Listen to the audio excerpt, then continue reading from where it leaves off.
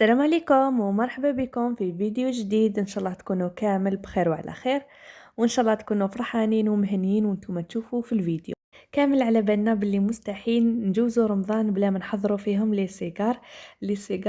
وصفة جزائرية أصيلة البنة، ما نحكي لكم شي يجي روعة روعة. اليوم غيرت فيها شوية ودرته بطريقتي الخاصة، وحاولت ما نخرجش على الأصل، يعني هو يندار بالمكسرات. أنا خليت الوصفة الأصلية بدلت فيه شوية برك. المهم خياتي، قبل ما تشوفوا الفيديو خلوا لي لايك للفيديو، خلوا لي كومنتار شباب كيما نتوما، هكا بعد دعموني شوية وتشجعوني، وننتقلوا مباشرة للفيديو. كيما شفتوا خياتي، حكمت ورقة تاع ديول، طبقتها كيما شفتوني على زوج، ومن بعد روليتها على هذاك المول اللي تاع لي سيجار اللي مضاين نخدموا به باللاباط تاع سابلي. روليتها بهذا الشكل وغلقتها ببياض البيض، مسحة خفيفة برك بالبانسو.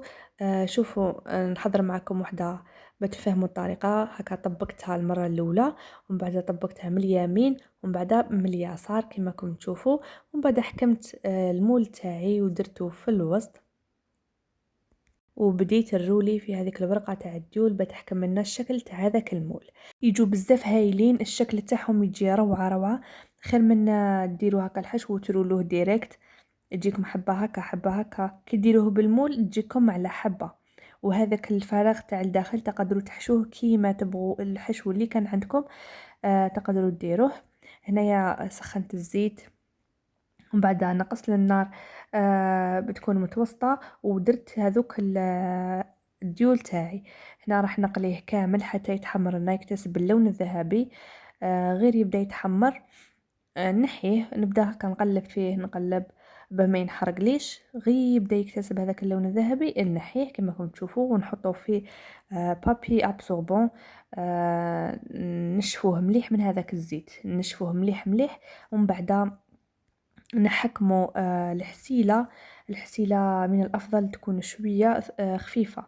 كانت عندي هذه ثقيلة، سخنتها غير شوية فوق النار، وزدت لها ماء الزهر هكا بطلق روحها شوية، وبديت نعسل فيهم. هنايا عسلتهم مليح مليح، وقفتهم بهذه الطريقة باه يتصفاو شوية من هذاك الحسل، ومن بعد نديرهم في الكسكاس هكايا باه يكطر كامل هذاك الحسل، يبقى لنا غير اللي في الحبة هذيك.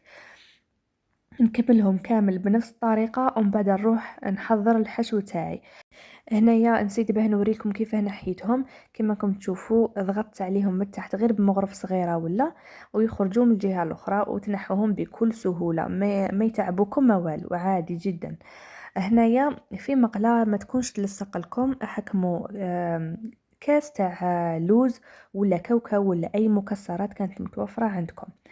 هنايا حكمت كاس، درتها في المقلاة بدون أي إضافات أخرى، وبديت نقلب فيها هكا على نار هادية، وما نزيدولوش للنار سينو ينحرق لنا. ودير فيها هذاك الكريمة تاعي، دير واحد الكو ماشي زين.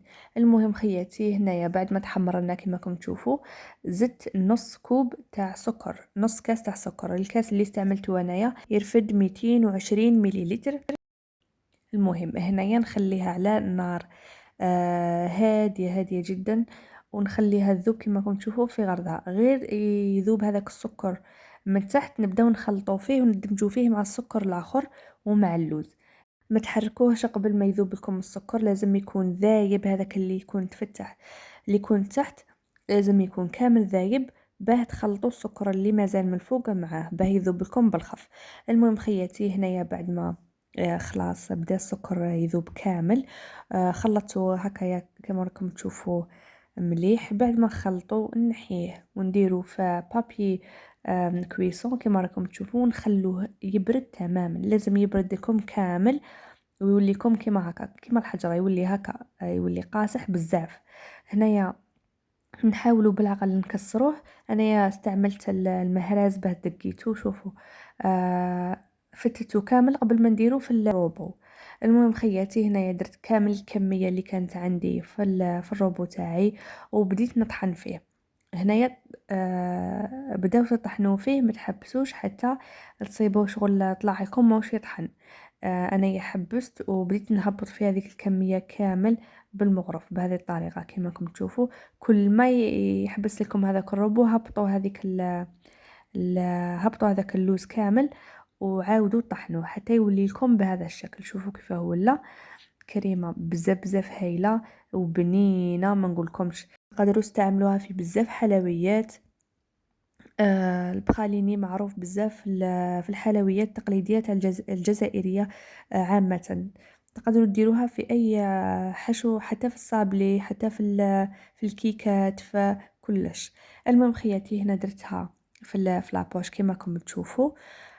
هذه هي الطريقة، نحكمها مليح ومن بعد نحكم لي صيغة تاوعي هذوك اللي عسلتهم ونبدا نعمر فيهم من الداخل بهذه الكريمة.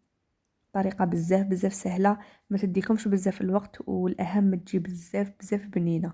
المهم خياتي هنايا نعمر كامل الحبات، نسوي لهم الاطراف بهذه الطريقة.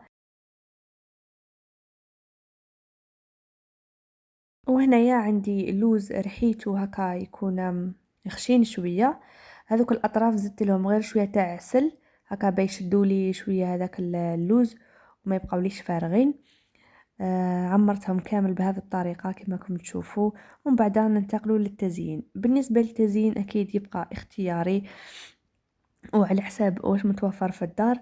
أنا كان عندي هكا لوز اللي استعملته خليت منه حبات، غطستهم برك في الحسل وبديت ندير فيهم من الفوق هكا باه يشدوا بلاصتهم. طريقة بزاف سهلة وتزيين بسيط، ما في حتى حاجة صعبة.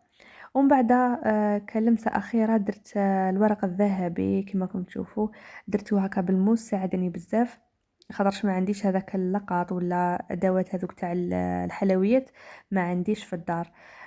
غير بالموس هكايا وسقمتهم من الفوق وخرجوا بزاف بريزونطابل وشابين في الشكل كما راكم تشوفوا. ان شاء الله يكونوا عجبوكم نتوما ثاني كما عجبوني وعجبوا العائله تاعي. والبنه ما نحكي لكمش، جربوهم اكيد راح يعجبوكم. هكا بنخرجوا شويه على الوصفات التقليديه تاعنا ونبدعوا فيهم شويه. المهم خياتي وصلنا لاخر الفيديو. خياتي ما تنسونيش باللايك للفيديو وبارطاجيوه إلا قدرتوا مع صحاباتكم وحباباتكم هكا بدعموني شويه. وما يبقى لي نقولكم غير تهلاو في رواحكم، دمتم في رعايه الله وحفظه.